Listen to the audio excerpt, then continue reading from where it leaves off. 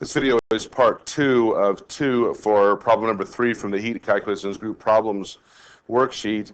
At the end of part 1, we had gotten this far in the algebra.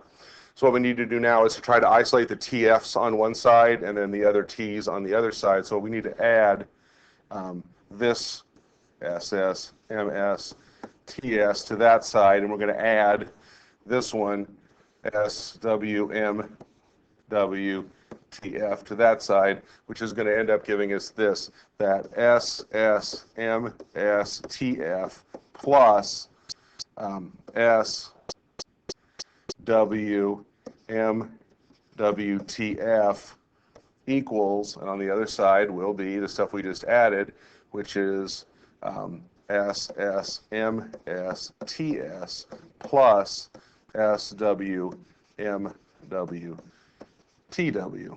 All right.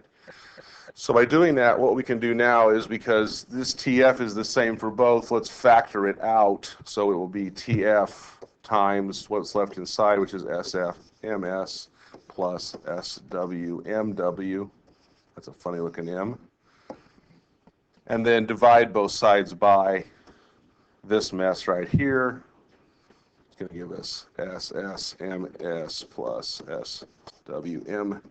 Over here will be SS, MS, TS plus SW, MW, TW all over SS, MS plus SW, MW. Okay, and this just canceled out, and this canceled that out. So that's what TF equals. Now really, at this point, if you had just ignored everything I'd done to this point and just started here, you can solve the problem now, because all we've got to do is we're going to take this, and I'm going to do it down here where I've got a little more room. I'm going to just substitute in the numbers. So the specific heat of silver, which is not given in the problem, but again, on page 329 on table 10.1, you can look up and see that the specific heat of silver is 0.24. So 0.24 joules per gram Celsius degree.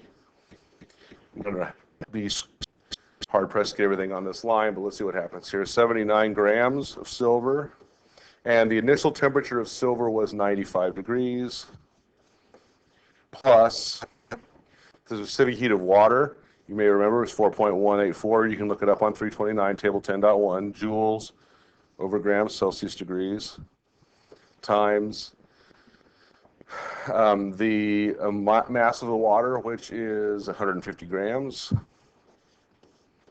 and that's also times 21 degrees. Okay, and then that whole mess goes on top of the specific heat of silver, which was 0.24 joules grams Celsius degrees times 79 grams, plus the same thing for the water, which is 4.184 joules over grams in Celsius degrees times the mass of water, which was 150. Okay, so there all the numbers are plugged in, and again, we have the answer to this problem is right there. So this is just a matter of plugging in the numbers to the calculator and making sure that we get the right answer.